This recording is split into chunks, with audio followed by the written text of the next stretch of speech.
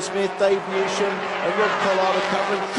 And again, you see Daniel Welch has got the speed down the straights. That's Matt Neal. He's attacking now for 15th place.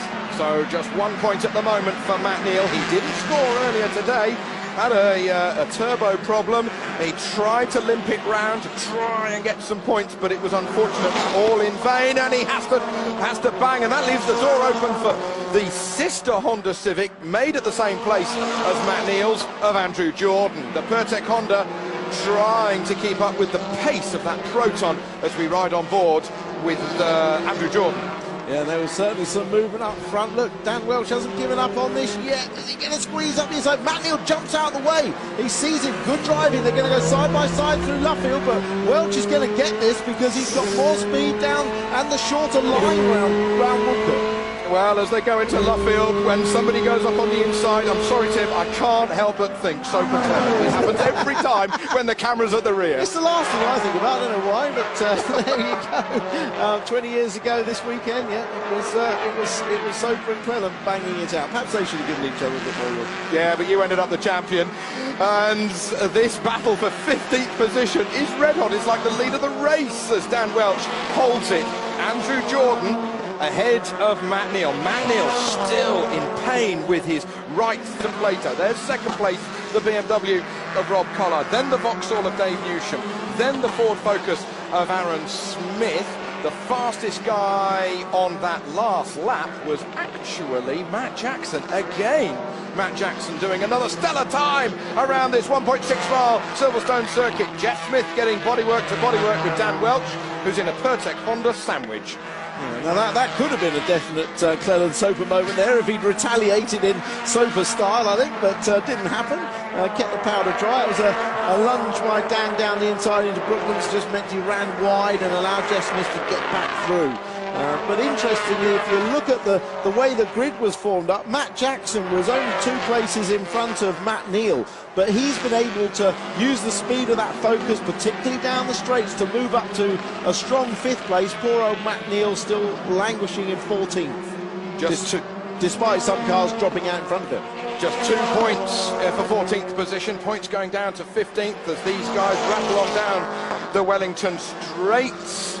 Gordon Shedden, I remind you, the championship leader, he's still in 8th place. As Jeff Smith makes Dan Welch go around the outside again. Dan Welch knows he's got some pace into that corner, but it's a bit one line through here.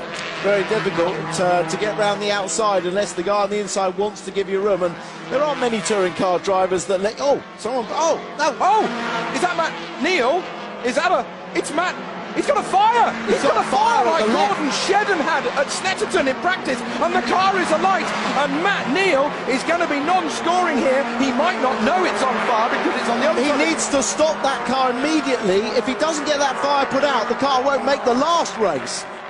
And now the smoke has come into the cabin, and Matt Neal's Silverstone weekend has got from bad to worse, and that is a massive moment in this year's championship. Let's hope that he gets out of the car quickly and safely. He does indeed, and the marshals are on the case immediately. Matt's running to try and get the extinguisher on the case, so as Tim says, to get the car back for race 3.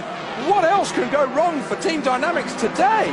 It's just a disaster. There's Barry Ploughman, chief mechanic and engineer, Fortune. But wow, how fortunes can change.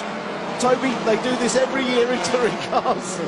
Yes, we're building up to your first finale of a touring car season. Trust me, they're all like this. Well, I was watching in my front room last year for this race at Silverstone to see the battle royale with 5 points covering 3 drivers as they came into the very last race weekend of the season.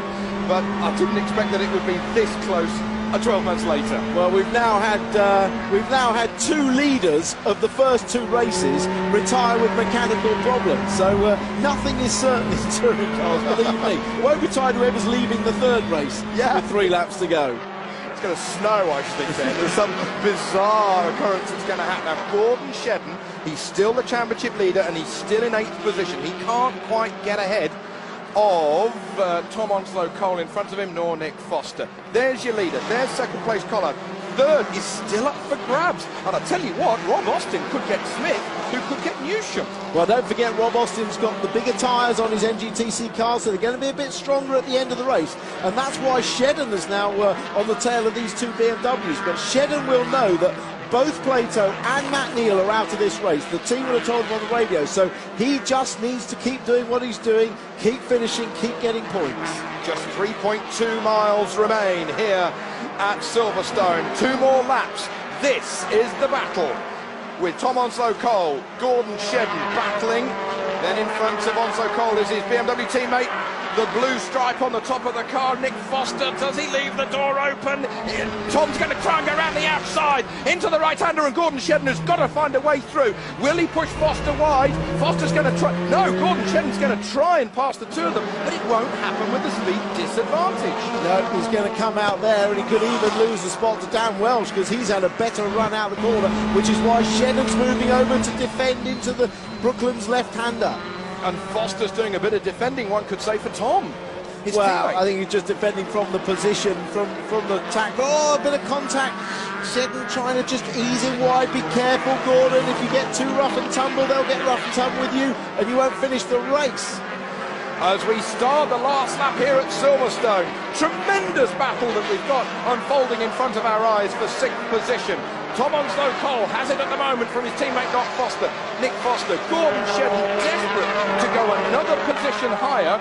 It's only another point. If he gets another position, it'll only be another point. But you've got a feeling that this year's title chase will come down to just 1 point. Yeah, Shedden's through, and here comes Dan Welch. Bit of contact between Welch and Foster could give Shedden enough of a gap to make it to the end of this straight without being attacked. Shedden goes up from 8th to 7th position. He's got the complex to go, but this is the dangerous bit for the number 52 in the Team Dynamics Honda. He's going to lose out. There's something come off the car. I think it was just a piece of rubber. Matt Jackson wins the race here at Silverstone. What a fantastically controlled drive by Matt Jackson. He started 17th and he wins. Brilliant. His 3rd victory of the season. Rob Collard comes over the line in 2nd place, and again Dave Newsham is on the podium. Aaron Smith in 4th, Rob Austin then in 5th position. Onslow Cole just gets ahead of Gordon Shedden, who scores some valuable championship points in a race.